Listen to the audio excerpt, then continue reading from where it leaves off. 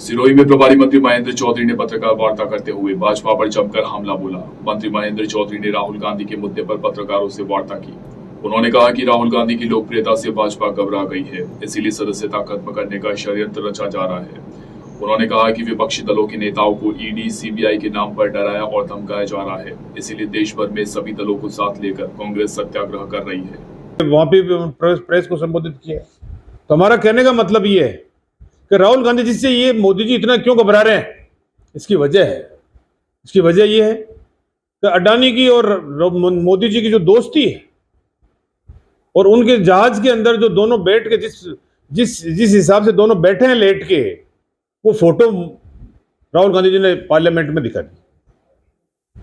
उससे मोदी जी घबरा गए कि ये फोटो इनके पास कहां से आ गई।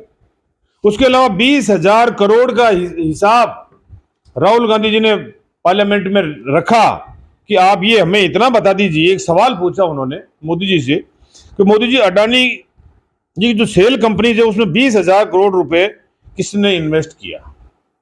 असली सवाल ये कि 20,000 करोड़ रुपए किसके हैं। बस इसी बात से वो घबरा गए और उस दिन से उन्होंने सोच लिया कि राहुल गांधी जी को किस प्रकार से रोकना है। जिस प्रकार हमारे खड़गे साहब राष्ट्रीय अध्यक्ष जी ने और राहुल गांधी जी ने जो अंदर क्वेश्चन उठाए या बात रखी, उनको मिनट्स में से निकाल दिया गया। आज हम एमएलए हैं, हमारे को जनता चुन के भेजती है, हम असेंबली में जाते हैं, वह बोलते हैं, मिनट्स में आता है, रिकॉर्ड में होता है, एक इतिहास बन जाता है, क्या गलत बोला है क्या सही बोला है रिकॉर्ड में आ जाता है। पार्लियामेंट के स्पीकर ने उसको हटा दिया, बोलने में को हटा दिया। उसके बाद के अंदर जब 3 बार लिखित रूप में और मौखिक रूप में राहुल गांधी जी गए लोकसभा अध्यक्ष के पास के अंदर और जाके बात कही कि साहब मुझे अपनी बात करने का लोकसभा के अंदर मौका दीजिए। स्पीकर साहब बोलते नहीं है, हंस दिया, हंस के टाल दिया उस बात को, इसके अलावा कुछ नहीं किया। ये लोकतंत्र के लिए ठीक नहीं है। इसलिए मेरा इसके माध्यम से आप लोगों से ये कहना है कि इतना जल्दी इन्होंने आनन फानन के अंदर जिस प्रकार से एक पे एक ये फैसले करवाए जा रहे हैं या जो किए जा रहे हैं, ये एक उदाहरण है। 13 अप्रैल 2019 को राहुल गांधी जी ने कर्नाटक के कोलार में एक चुनावी भाषण दिया था और उस भाषण के अंदर जो उन्होंने जो जिक्र किया 3 मोदी का किया और 3 मोदी का किया तो इन्होंने ओबीसी का मुद्दा बना दिया।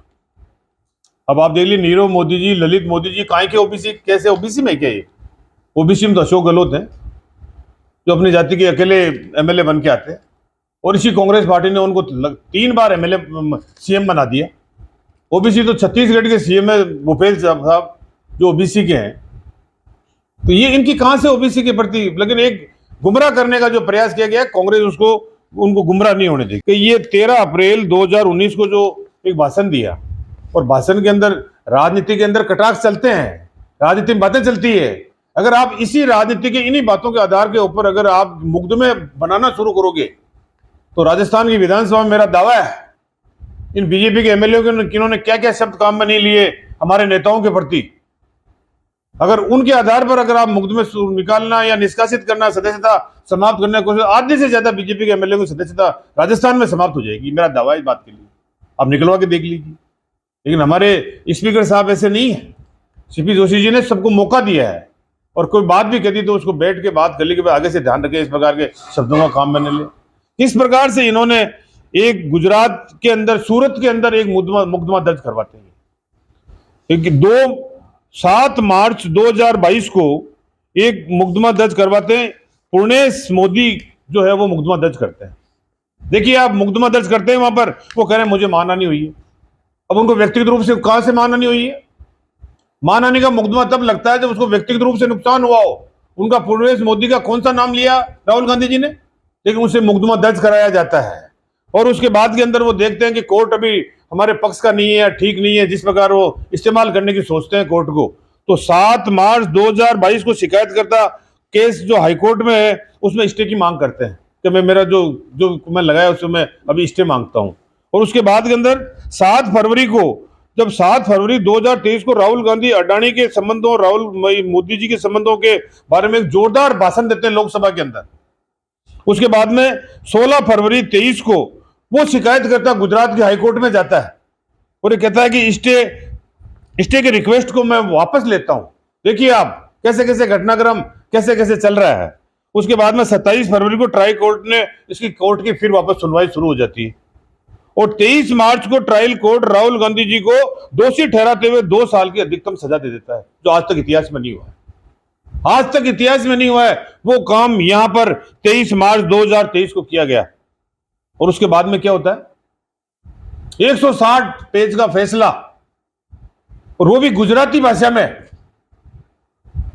और हमारे महान राजस्थान से जीते हुए कोटा के सांसद और लोकसभा में स्पीकर 24 घंटे से कम समय के अंदर राहुल गांधी जी की सदस्यता समाप्त कर देते हैं। इतनी गुजराती आती है उनको, गुजराती में फैसला, और उसका हिंदी में अनुवाद करोगे, इंग्लिश में अनुवाद करोगे तो 2-3 दिन लगते हैं उसमें। उन्होंने 24 घंटे में सुन ली। और गुजराती को उन्होंने कभी, मेरे साथ में वो एमएलए रहे